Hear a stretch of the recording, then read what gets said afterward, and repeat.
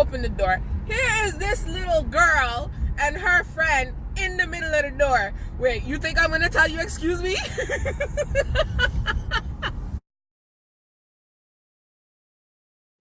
Okay, so fast forward a couple of years, because you know what, there was a period of time where we did not speak to each other, we didn't see each other, anything like that, you know what I mean? So fast forward a couple of years now, and someone that we both know passed away, you know, and I went to the funeral, and that's when I saw Ricky again. I also saw Dave, but when I saw Ricky, and this was probably like maybe like a 3-year period where I didn't see him at all, didn't speak to him, my heart started getting these butterflies, okay? And I was like, damn, I thought I was over him. You know, we saw each other, we were not on speaking terms at the time. We saw each other, he gave me a hug, you know, it was a funeral, it was whatever, you know.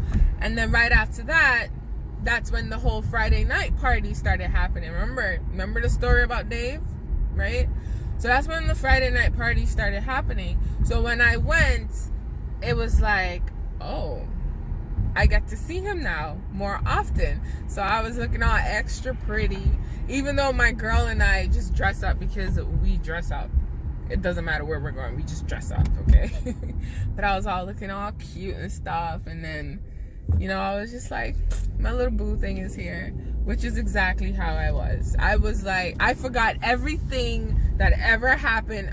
I'm dumb. I forgot every single thing that happened, anything he's ever said to me, anything I've ever done to him, and it was just like, oh my gosh, she's so gorgeous. That's exactly how I was. Ask my friend, she'll tell you that's how it was, right? So we ended up going to these parties constantly, and I mean, forget about Sandy and Dave, they already had their story, but it became a point where all I wanted to do was just be with him at that moment. I was just like, he's so gorgeous, I miss him, I want to be around him, whatever. Anyways, he used to come to these parties, and these girls used to show up for him. Okay? Yeah. Bunch of girls would just show up for him.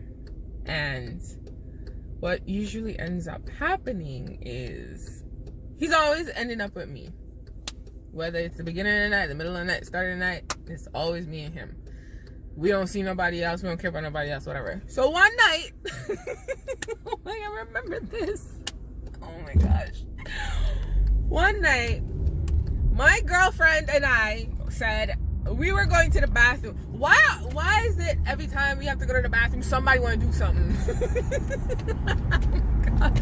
So this establishment had 2 washrooms. There was one downstairs, and then there was a handicap washroom upstairs. So we decided to go use the one upstairs because I couldn't make it all the way downstairs. Like, I really had to pee. I really did.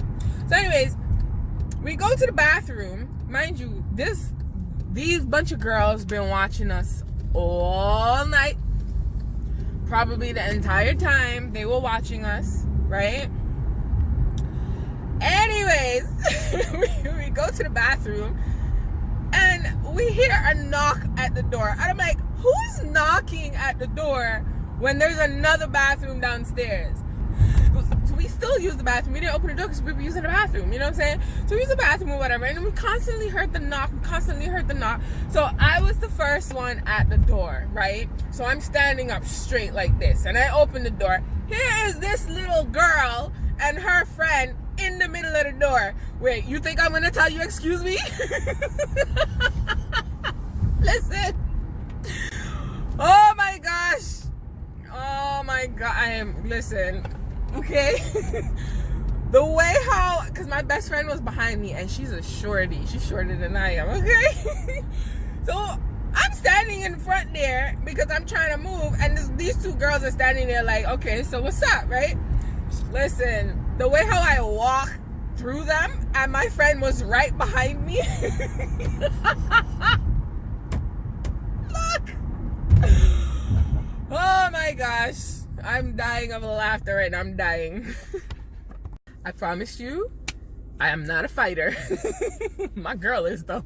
She trained to go.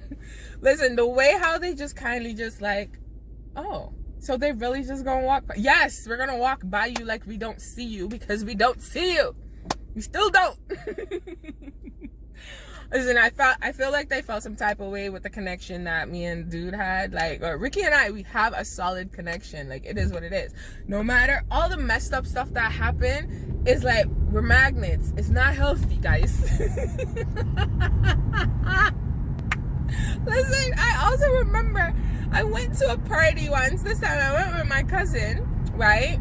And he was there. This is around the time I still haven't seen him. I still haven't talked to him. So, you know, your girl was looking real cute because I didn't know who was going to be there. Whatever.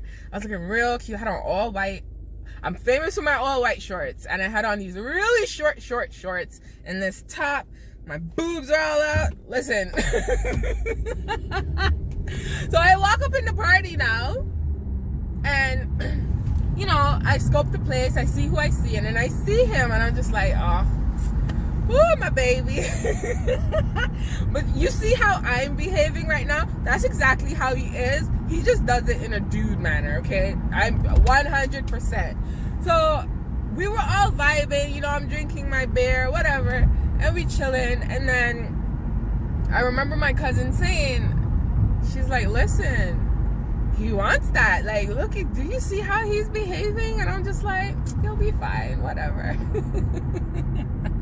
Now, he's there with someone. Who knows?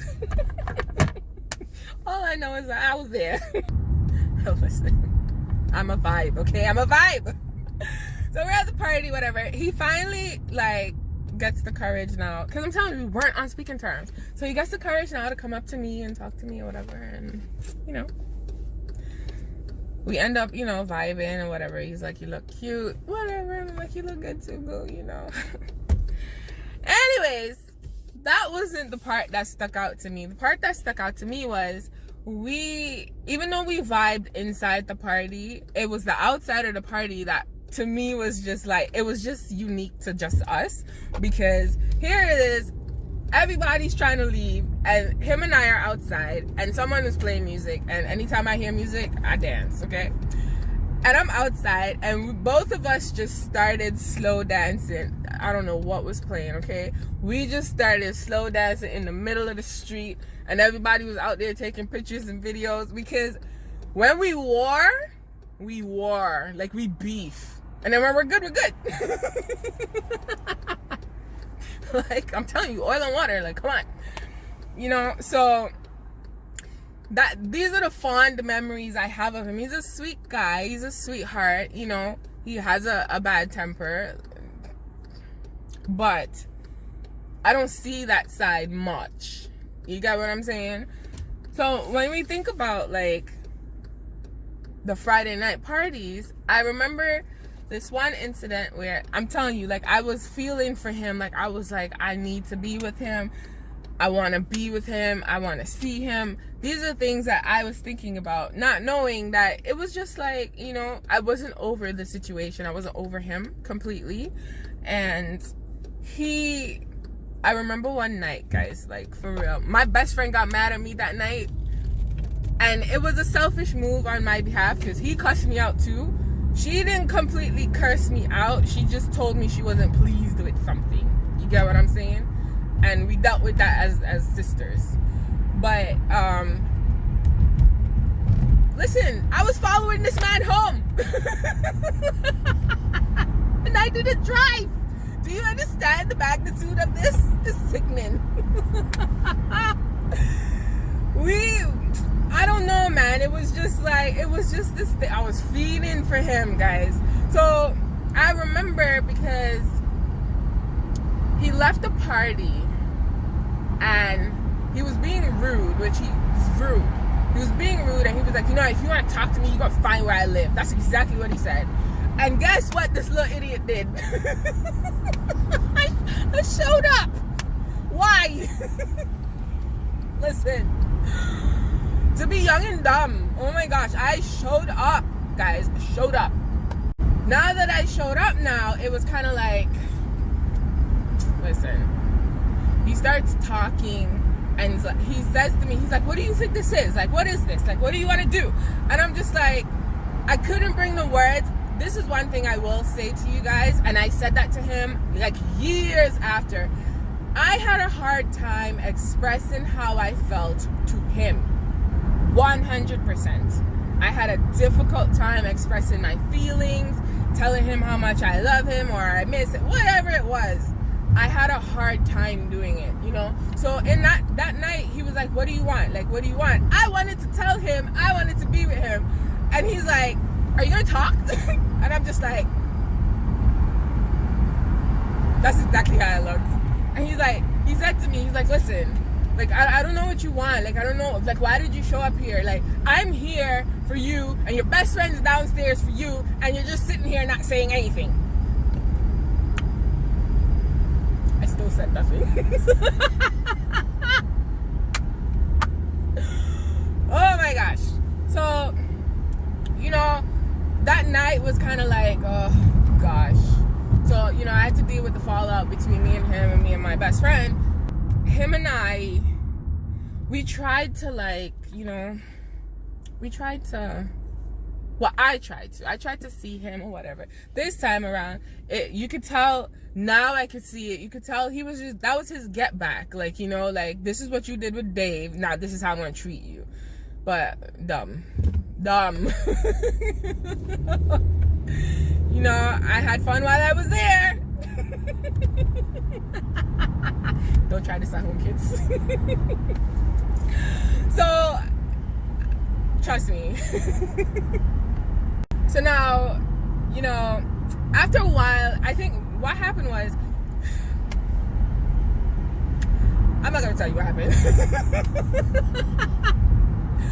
There was an incident that actually 100% turned me off from him, where, you know, we were being intimate and then, you know, stuff happens and then he acted a certain way and I was just like, done. I called my best friend to come for me. Listen, yo, I don't think I was so traumatized. I called her to come for me and she was like, oh my goodness. You know, so after that incident, I was kind of like, I kind of died down from him, let him do his thing. We didn't talk or whatever. And it turned out like we started beefing again. So then I was just like, whatever, I stopped. Like, I just, you know, whatever. So now I'm telling you, like, maybe like 5-6 years passed. Like, it was about 6 or 7 years that passed. And he, out of the blue, when I say it was out of the blue, remember, we haven't spoken to each other in years, and we have not seen each other because I distanced myself. I wasn't going around the neighborhood. I wasn't going around anybody from that place. So he didn't see me. He knew nothing of me. But what I will say is his best friend worked with my mother. And they're really good friends. So when my mom comes home and tells me stories about this girl, and I'm like, huh? What? Stop this. Anyways, randomly, like 7 years, we didn't talk. He hits me up on Instagram now, and he's like, you know, you don't even check on me to see if I'm alive. And I'm just like, you don't even check on me to see if I'm alive either. So then he starts saying this thing where he knows enough to know that I'm well and I'm doing okay and stuff like that. And I was like, okay, that's nice to know. So then he wanted to exchange numbers. And I mean, he still had a soft spot, you know, in my heart. So I gave him my number, you know. So in giving him my number now, right, he approaches me differently. We talk and we're cool. And it's one of those, you think that people have changed and things are going to be different this time. Listen, okay, one day he messaged me and he's like, what are you doing? And I said, I am actually passing your neighborhood. That's what I said. I'm actually passing your area or whatever, you know. So I passed over where he was. I wanted to see him. I wanted to see how he looked, you know, whatever. because I still cared. So I passed over, and I pulled up, and because now I'm driving, right? And we have a talk, and we start talking. This is where I told him straight up. I said, you know, I always had a problem with expressing how I felt about you, and you're very intimidating because you want to fight people and you want to cuss people, and I'm not into that. Like, whatever, you know. But he starts telling me, you know, telling me everything that happened in his life in the span, and you know, he was in a hospital, like stuff, like life stuff. You know, when you don't see someone for like 5-6 years, a lot of different things happen.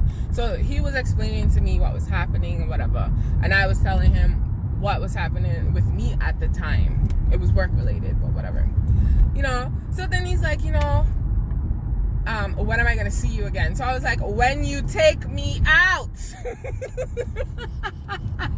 That's exactly what I said, because we do this dance every couple of years, and we don't do this dance like we're trying to be serious about each other. It's a very intimate situation. It's like, what are you doing? Come over and you know what's up. So this time around, I was like, you can see me again when you decide to take me out, but I'm going away for about 2 months. When I come back, we could talk. While I was away, he messaged me. He's like, you're not coming back. When are you coming back? I want to see you. All of this good stuff, you know. All of this. Okay? Watch me bring my little behind back. It's all cute and tanned and everything. And he messaged me a picture. Y'all know what kind of picture. Y'all know. And I was like, oh. It's still pretty. Pretty Ricky. So then he starts talking to me smooth, and it's like, you know, when are you gonna come over? I miss you, and I miss this, and all of this. So I said to him, when are you going to take me out on this date that we're supposed to go on?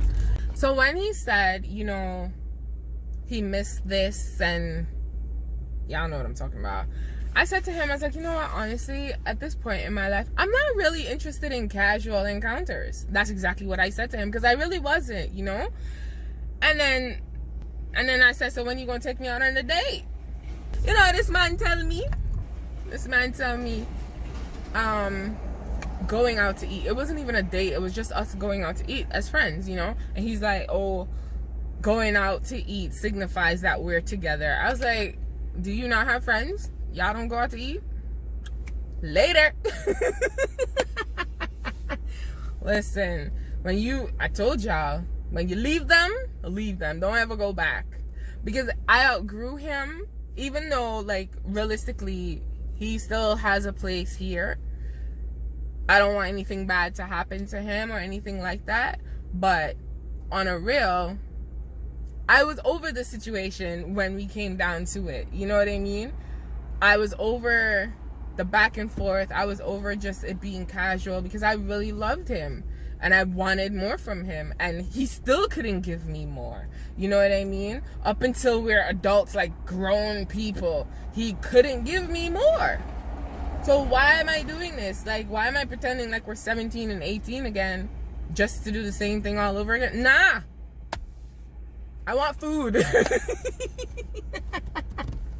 She needs to take me out, okay? But no, Ricky was my boo. What I wanted to say as well too was that I know I broke his heart. I'm not laughing because I did, because I broke my own heart with him as well. Because it's like, I broke his heart. He never forgave me. No matter how much he acted as if we were cool, he never ever forgave me. So even when we were at the Friday night parties and he was all over me and we were kissing and we were doing all that good stuff, he still didn't forgive me, which is why everything happened the way it did. But by the time we came back around like 5-6 years after that, I was over it. You know what I mean? I was over the situation. I was over the fact that I will never be your girl or his girl, you know, and I came to peace with that, which is why I could talk about this and laugh. Like, let me tell you, the way how my girl and I, she used to try and counsel me over this boy. All of them. I have a problem. I got better though. Like, I really got better, but it's a process. It's a process. Trust me, it's a process. But no, Pretty Ricky is what they call him.